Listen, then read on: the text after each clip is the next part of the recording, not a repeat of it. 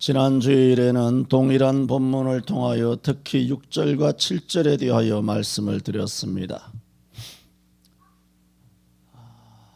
갈라디아 교회가 3장 3절에 바울 사도가 정말 비통한 심정으로 말한 바가 있습니다. 너희가 이같이 어리석으냐?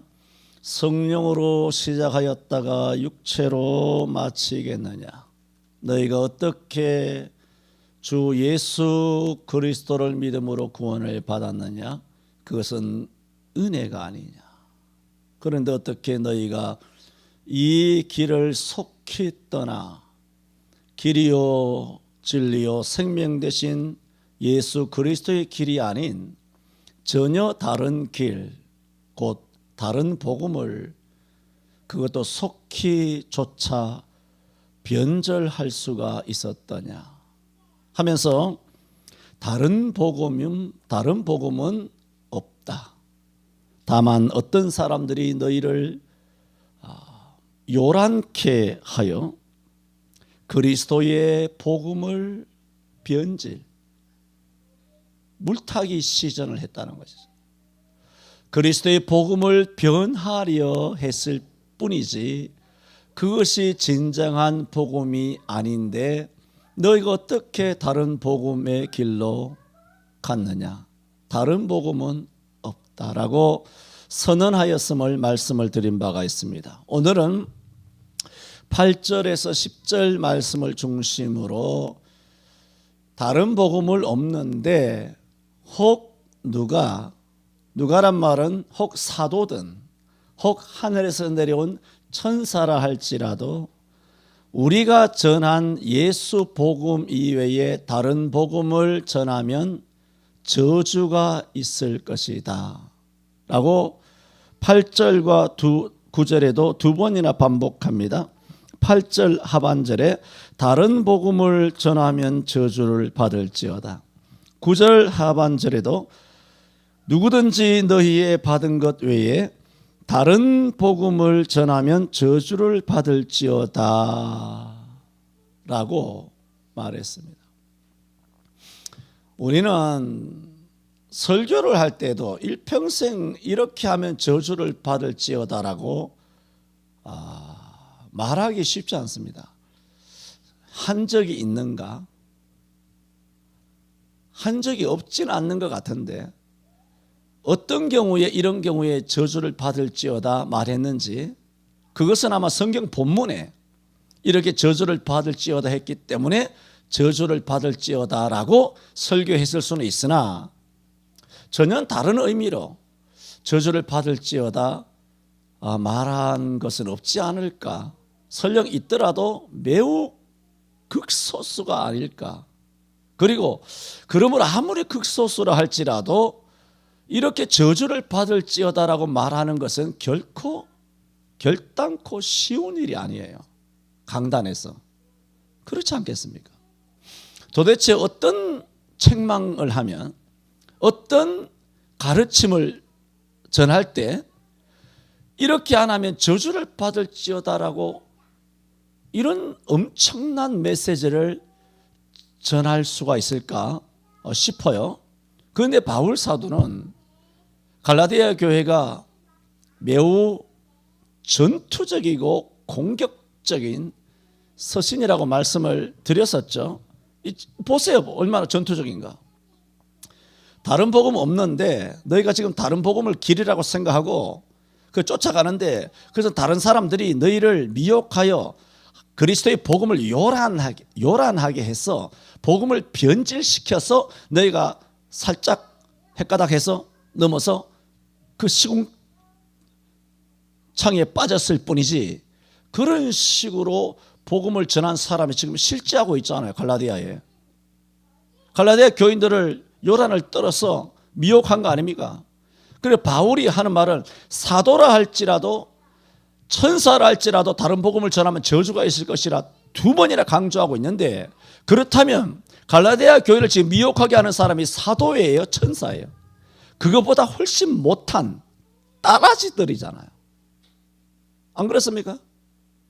형편없는 유대인들이잖아요. 그런 유대인들이 내가 유대인이네 하면서 내가 목사네, 내가 장로입네, 내가 뭐 어떤 신령한 은혜와 뭐 금식기도를 했네, 은사를 받았네, 예언을 함네 하면서 헛소리를 했단 말이에요. 그러면 천사나 우리라 할지라도 다른 복음을 전하면 저주가 있을지어다라고 두 번이나 반복하게 강조하였다면 그런 떨거지들은 100%, 120%, 200%, 1000% 저주가 있다는 엄청난 강조죠. 강조어법이에요. 그래서 오늘 제목이 뭐냐? 다른 복음을 전하면입니다. 그러면 끝장인 줄 알아라는 거예요. 이거는 이 코어예요. 등식이 뭐냐? 그것은 반드시 필연적으로 결과적으로 뭘 온다? 저주를 받는다는 거예요. 여러분, 우리는 정말 주 예수 그리스도의 은혜 안에서 믿음으로 구원을 받았으니 일생 길 되시는 참된 우리가 전한 이 복음 안에서 예수 그리스도의 그 먼저 가신 그 길을 믿음으로 잘 붙쫓아감으로써 일평생 축복받으며 살아가는 복 있는 자가 되시기를 바랍니다. 결단코 이런 행동을 하게 되면 목사가 무슨 저주가 있으라 말라 할 필요가 없어요. 왜? 성경에 이미 다 기록해 놨잖아요. 목사가 입 험하게 듣는 사람도 별로 은혜가 되지 않는 저주를 받을지어다 이런 말을 할 필요가 없는 것이 하나님의 말씀이 살아있다 그랬어요. 예수님께서도 바리새인들과 유대인들을 향하여 뭐라고 말하였습니까? 내가 너희를 심판하리라 생각하지 말라. 모세를 통하여 너에게 준 말씀이 너희를 심판할 줄 알라라고 말했어요. 성경 말씀은 신명기 28장의 말씀처럼 전체의 말씀은 우리를 구원을 주시는 말씀인가 동시에 이 말씀대로 살지 않으면 이 말씀대로 그대로 저주가 있는 거예요. 그대로 심판이 있는 거예요. 그대로 지옥불이 떨어지는 거예요. 마지막에 하나님께서 뭘 가지고 심판하고 우리를 구원하시겠습니까? 주신 이 말씀이에요. 이 말씀 위에는 절대로 심판 안 해요. 이게 헌법이에요. 이게 헌법. 다른 걸로 심판하면 그 성경 어디 있습니까 하나님? 그렇게 말을 해도 돼요. 어떤 변호사 갖다 붙이든지 간에 불가능해요. 하나님도 이 말씀으로 반드시 심판해요. 이 말씀으로 구원하고 이 말씀으로 지옥을 보낸다고요. 그러므로 우리는 이 성경 말씀대로 살아가야 되는 거. 마태복음 5장에도 말한 것처럼 천지가 없어지기 전에는 하나님의 말씀은 1.1핵도 없어지지 아니하고 반드시 이루리라. 그러므로 누구든지 이 계명 중 지극히 작은 것 하나라도 버리고 또 그같이 사람을 가르치는 자는 천국에서 지극히 작다 일컬음을 받을 것이요 누구든지 이를 행하며 가르치는 자는 천국에서 크다 일컬음을 받으리라. 금년에 와서 아주 내가 자신감이 생깁니다. 내가 죄를 엄청나게 지었지만 말씀대로만 가르쳤으니 하늘나라 가면 크다 일컬음을 받겠구나. 왜? 뇌피셜이 아니에요. 자기 착각이 아니에요. 성경이 그렇게 말씀하시거든요. 우리가 고전 13장에 말한 것처럼 우리가 부분적으로 알고 부분적으로 예언하니 온전한 것이 올 때는 부분적으로 하던 것이 다 폐하리라. 예언도 지식도 방언도 폐하리라. 그러므로 이 땅에 2000년 동안 그 어떤 심지어 사도라 할지라도 그 뒤에는 뭐 사도보다 훨씬 못한 존재들이죠. 속사도나 교부나 지금까지 2000년 동안 그 어떤 엄청난 능력의 주의 사자들이 2000년 교회사에 별과 같은 존재들이 굉장히 많았죠. 또 우리 대한민국 땅에서 난다 긴다는 훌륭하신 목사님들이 여전히 살아 계시죠. 정성구 교수님 같은 별과 같은 분이에요. 내 생에 그런 분을 본 적이 없어요. 선지자예요. 그분은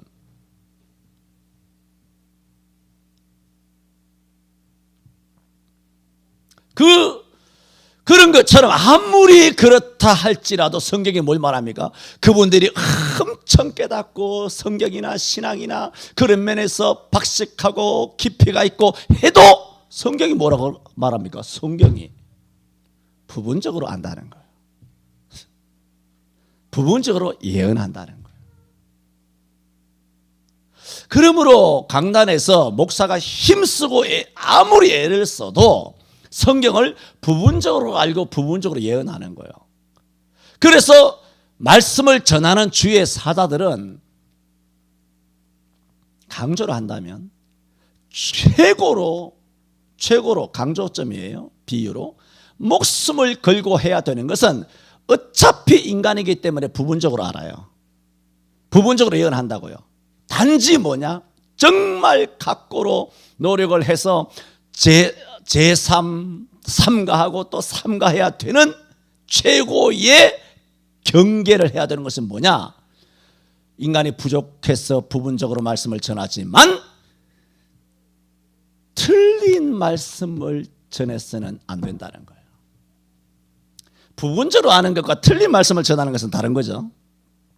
또 사람이 또 부족해서 약간 틀릴 수도 있겠죠. 그죠? 약간 틀릴 수도 있겠으나 그러므로 이것이 계속된다든가 그리고 치명적인 것을 어긴다든가 치명적인 거 있죠. 치명적인 게 있어요. 특별히 십계명을 비롯하여 613가지의 무슨 그런 율법이 오늘날 다 살아있는 것은 아니지만 특별히 무슨 주의를 지킨다든가 성찬을 한다든가 그런 것들이 있죠. 그런 아주 핵심적인 것들이 있어요. 그런 것들은 틀리게 할 길이 없어요. 성경은 아예 그런 게 없어요. 정확해요. 틀리게 해석할 길이 없어요. 그런 성경이 없다니까.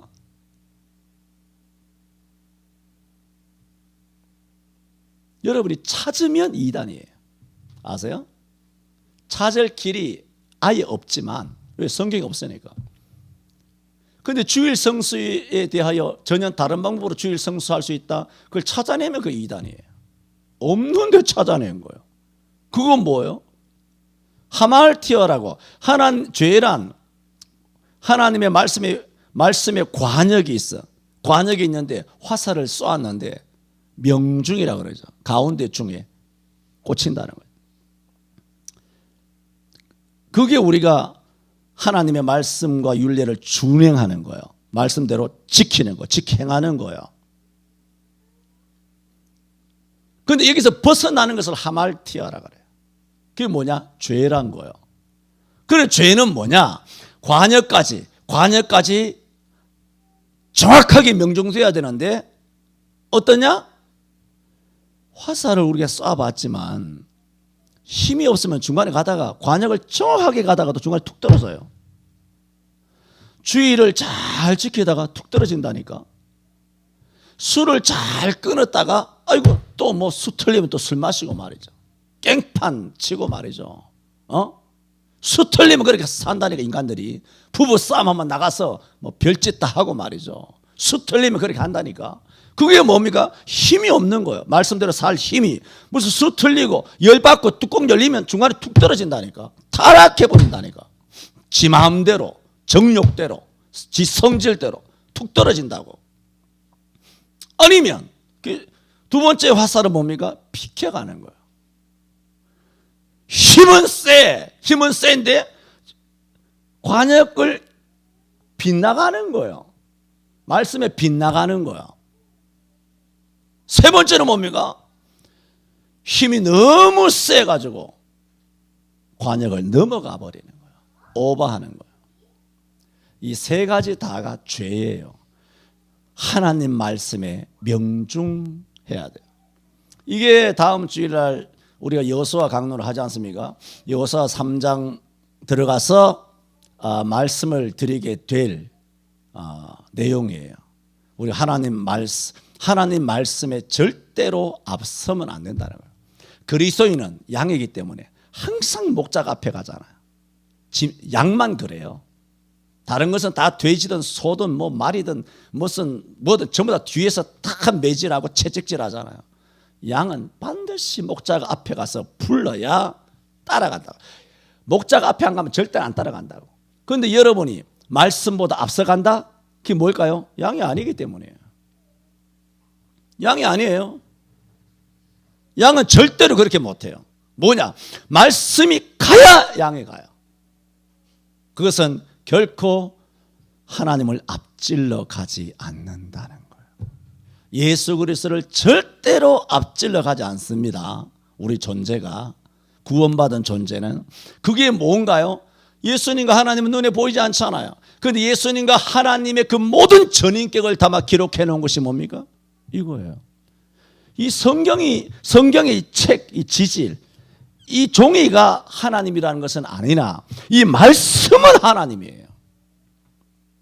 지식이 아니라 이 말씀은 하나님이에요. 말씀을 살았다 그랬잖아요. 4장 12절에 히브리서. 왜 이 말씀이 살아있습니까? 하나님이 살아계시니까 이 말씀이 살아있는 거예요. 사람의 말은 다 죽은 말이잖아요. 다 죽어버렸잖아. 또 다 죽을 거 아니에요. 다 죽어버려요. 다 죽은 말이죠. 아무리 격언이니 무슨 금언이니 해봐야 다 죽은 말이에요. 명언이고 뭐고 다 필요 없어요. 다 죽은 말이에요. 그 죽은 것에 대하여 아주 기가 막힌 금언이구나, 기가 막힌 교훈이구나 한들 그 사람을 살리나? 죽은 말이, 죽은 언어가 사람을 살릴 턱이 있나요? 지도 못 살렸는데 그 말한 인간도, 그 말을 내뱉은 인간도 살리지 못하고 그 말과 함께 죽어버렸는데 그 말이 타인을 살려요? 그러나 이 말씀은 우리를 살릴 줄로 믿습니다. 왜? 하나님이 살아계시잖아요. 그러면 우리는 날마다 이 말씀의 꼴을 먹어야 돼요. 그러면 예배를 우습게 생각하면 안 돼요. 영혼이 살찌워지는 거죠. 애가 한 끼만, 우리 집사님 아시잖아요. 애 새 키우면서 한 끼만 제대로 안 먹어도 엄마 마음이 미어지잖아요. 어떻게든 애를 주 안에서 잘 키우려고 아등바등 하잖아요. 그렇게 기도하고 있잖아요. 하나님 긍휼히 여겨주시기를 바랍니다. 육신의 양식도 애들이 한 번만 안 먹고 뭐 그렇게 하면 마음이 그렇게 미어지는 거예요. 그런데 일주일 내내 성경도 안 읽고 예배도 안 나오고 주일날은 요즘 예배 구경이라 그러죠. 영상 예배나 하면서 그 예배 구경이라 하고 그 영혼들이 어떻게 되겠습니까? 그렇게 가르치면 지극히 작은 것 하나라도 버리고, 그 지극히 작은 거 하나예요. 그 지극히 작은 거예요. 어마어마하게 큰 거예요. 우리가 부분적으로 알고 부분적으로 예언하더라도, 비록 부분적으로 알 수밖에 없지만 틀린 걸 이야기하면 안 된다 그랬죠. 그런데 이게 보통 틀린 거, 이게 지극히 작은 것 하나를 버리고 이렇게 예배해라 저렇게 예배해라, 성경에도 없는, 그 성경에 없는 다른 복음을 전한 거 아니에요? 성경에 전혀 없는 다른 예배 방식, 전혀 다른 방식으로. 여러분, 왜 옛날부터 4, 50년 전부터 그런 게 있었죠. 대학에도 왜 온라인 대학이 있죠. 인터넷 대학이라고. 그런 거 많이 하잖아요. 그 인터넷 대학이라 그러나 뭐라 그러나? 사이버 대학이라 그러죠. 그런 학위 많습니다. 그 오래됐죠. 한 30년은 넘은 것 같아요. 자, 한번 물어봅시다. 그런 사이버 대학 나온 거와 실제로 오프라인에서 대학을 4년 동안 졸업한 거와 그 학위가 같습니까? 틀립니까? 권위가 틀립니다. 세상에서도 그 인정 안 해줍니다. 똑같이 해주지 않습니다. 세상에서도 여전히 그렇게 봐줍니다. 그런데 주일날 교회 나와서 예배하는 것과 사이버 예배하는 거예요. 거기서 집에 앉아가지고 그걸 예배라고 목사님들이 전국에서 피를 토하면서 다 가르쳐서 성도들에게 전혀 없는 다른 예배, 다른 주일 성수의 방법을 가르쳤습니다. 그 목사님들. 지금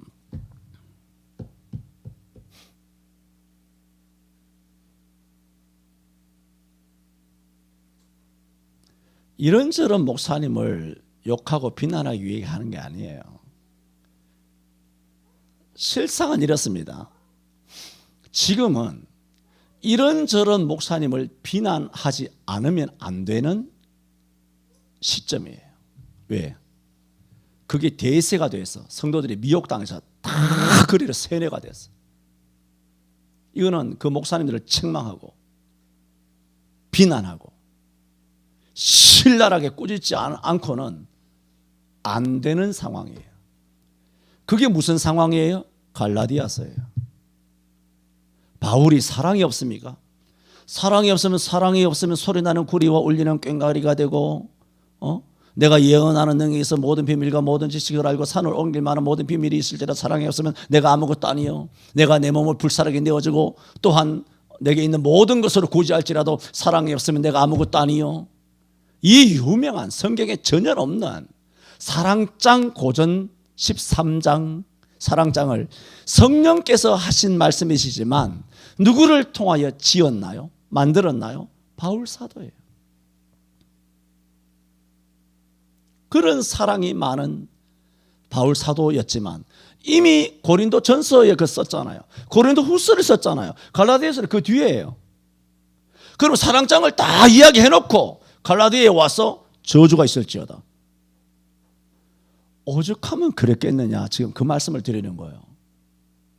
지금 갈라디아의 성도들을 지키기 위해서는 그 성도들이 미혹된 것을 깨고 그들을 구원하기 위해서는 저주가 있을지어다라고 힘주어 말할 수밖에 없는 피가 거꾸로 쏟는 기가 막힌 현실인 거예요. 기가 막힌 현실. 이 목사들을 비난해야 되고 목사들을 정죄해야 되고 목사들을 책망해야 되고 미워하는 건 아니에요.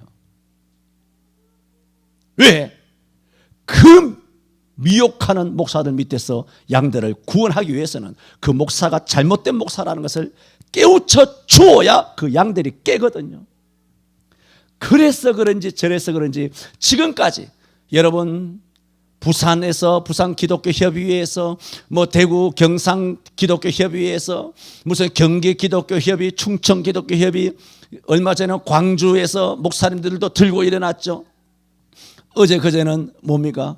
전국의 무슨 평신도 연합회에서 들고 일어난 것이 있더라고요. 장로님 보셨습니까? 전국 평신도에서, 평신도란 말은 좀 비성경적이에요. 적절한 표현은 아니지만 알아듣게 하기 위해서는 어쩔 수 없어요. 그런 평신도 대표들이 일어났어요. 거기 누구 계세요? 장로님들이죠. 그 계급은 아니지만 제일 평신도에서 지도자는 교회마다 장로님들이에요. 여러분 장로님들은 존경해야 돼요. 장로님들 우습게 생각하면 안 돼요. 하나님이 다 세워서 교회 어른들로. 교회 어른이에요. 나이로 보나 뭐로 보나 장로님들은 다 교회 어른들이에요. 그런 장로님들 또 권사, 안수집사, 집사님들이 얼마나 일어났는지 모르지만 일어나서 하는 메시지가 뭔지 아세요? 뭐예요? 목사님들 일어나십시오 그랬어요. 목사님들 일어나십시오 그랬어요.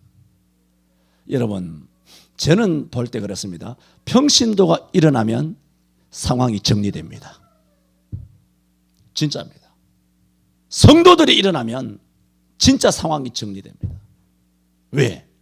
목사들은 다른 교회 목사들을 겁도 안 냅니다. 목사들은요.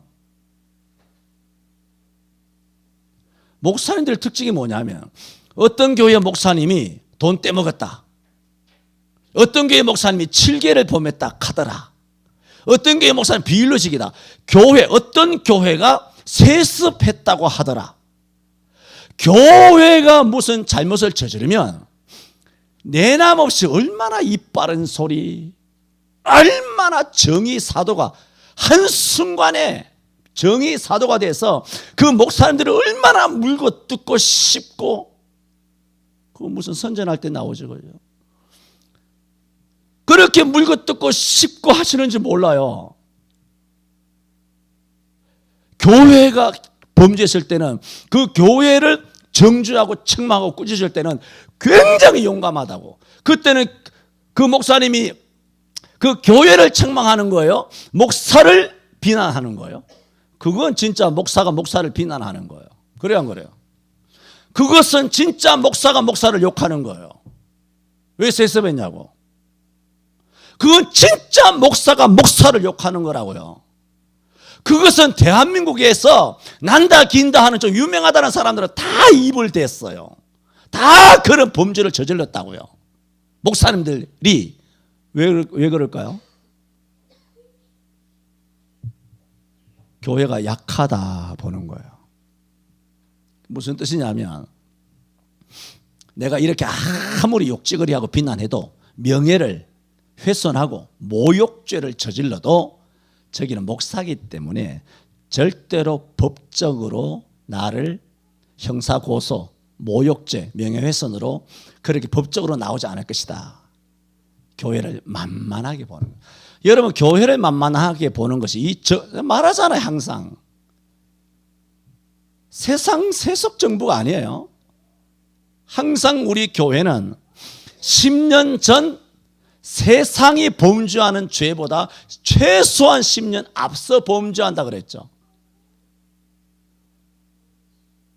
목사가 목사를 죄를 지었다고 비난한, 정죄하는, 마치 요한복음 8장에 나오는 것처럼 죄 없는 자가 돌로 들어치라, 이 상황을 연출하고 있어요.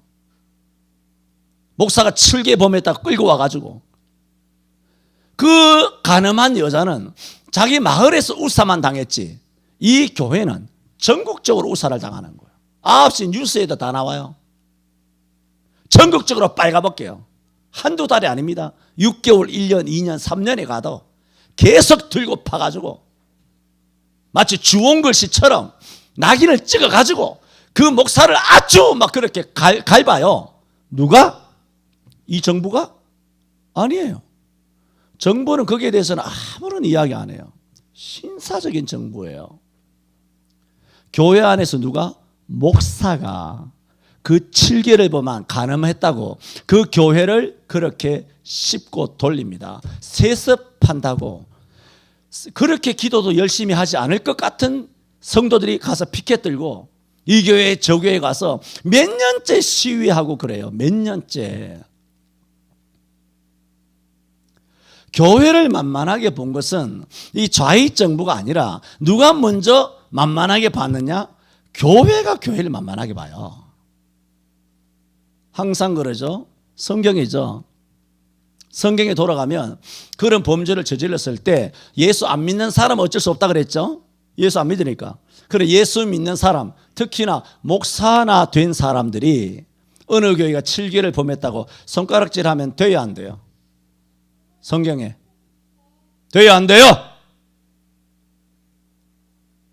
웃기는 거예요.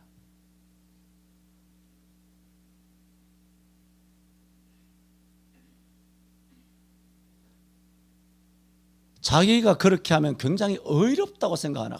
아무개 목사, 아무개 목사. 유튜브에도 뭐 조회수가 몇십만씩 되고. 그럼 자기가 어려운 줄 아나 봐요. 비성경이에요.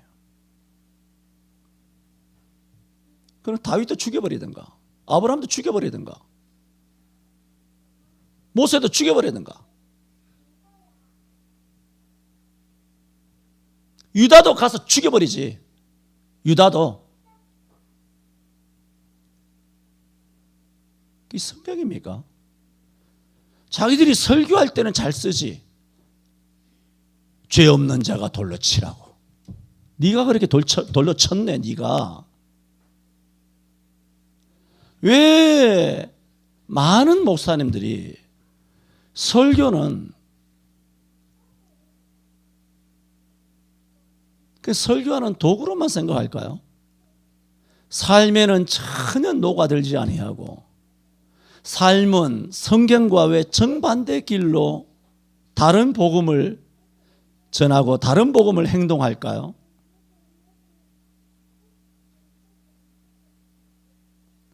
예수님께서 뭐라고 그랬습니까? 여자를 보고 음욕을 품는 자마다 간음하였느니라. 그럼 요한복음 8장에서 간음하다가 현장에 걸린 그 여자만 간음한 것입니까? 예수님은 여자를 보고 음욕을 품는 자마다 간음하였다고 했으니 마음으로 음욕하는 것이 얼마나 더 큰 간음인가? 그 예수님의 가르침은 모르는 것일까요? 그러면 전국의 목사 중에 나를 포함해서 육체적으로, 마음적으로, 정신적으로, 생각으로 간음하지 않은 목사가 있을까요? 웃기는 소리 하지 마세요. 인간은 불가능합니다. 간음하지 않는다는 것은. 마음으로, 심적으로 전혀 간음하지 않는다는 것은 불가능이에요. 말씀드리잖아요. 새가 우리 머리 위로 날아가요.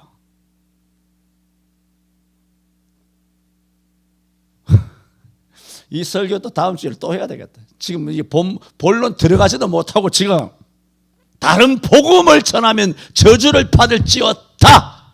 왜 바울 사도가 이렇게 날선, 이 말 너무 심한 거 아니냐? 지금 이거 설명하는 거예요.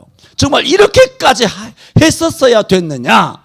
그 설명을 하는 거예요. 갈라디아 상황이 얼마나 이렇게 됐으면 그 사랑을 증거하였던 바울 사도가 이렇게까지 공격적으로, 바울 사도가 정말 피가 거꾸로 솟듯이 갈라디아에서 어린 성도들을 미혹하고 있는 대적자들을 향하여 이와 같이 칼을 갖다 꽂고 창을 냅다 던지면서 전투적으로 공격적으로 말하였는가? 그걸 지금 설명하는 거예요. 요게 다른 복음을 전하면, 오늘 말씀 전한다 그랬죠? 그곳에 서론이에요. 서론을 지금 한 40분 정도 했나? 한 35분 했나? 이제 마쳐야 돼요. 서론 하다가 마쳐야 돼요.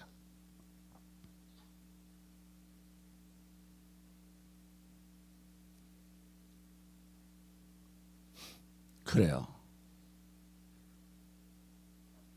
그런 식으로 다른 복음을 전하면 안 돼요. 사람이 욱할 수는 있어요. 비난할 수도 있어요. 남의 눈에 티를 보고 아이고 저기 티 있다 말할 수도 있어요. 나도 마찬가지고요. 나도 간음할 수 있고 남을 비난할 수도 있고 아이고 저 목사 이 목사 말할 수도 있고 아이고 저 교회 이 교회 말할 수도 있어요. 그러나 멈추어야 돼요.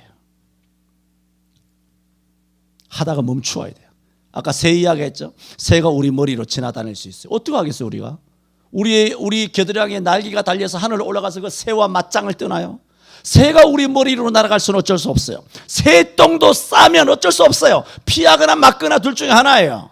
그러나 새가 내 머리 위에 앉아서 둥지를 틀게 해서는 안 된다는 거예요. 나쁜 생각들이 막 지나가죠. 혈기도 일어나고 간음도 일어나고 미움도 일어나고 정죄도 일어나고 비난도 일어날 수 있죠. 나도 이 목사 저 목사 비난하기도 해요. 그래 그것이 계속 가면 그 둥지를 틀어서 상대방을 파괴시킬 정도로 만들면 안 된다는 거예요. 그것이 시편 66편 18절 말씀이에요. 만일 우리가 우리 마음 가운데 죄악을 품으면, 그게 뭐예요? 새가 앉아서 알을 품는다는 거예요. 새가 내 머리 위에, 내 마음 속에. 만일 우리가 우리 마음 속에 뭘 품는다? 죄가 날아와 가지고 죄가 알을 낳고 새끼를 치도록 그렇게 품도록 장기간 방치하면 너의 기도를 듣지 아니하리라. 시편 66편 18절 말씀.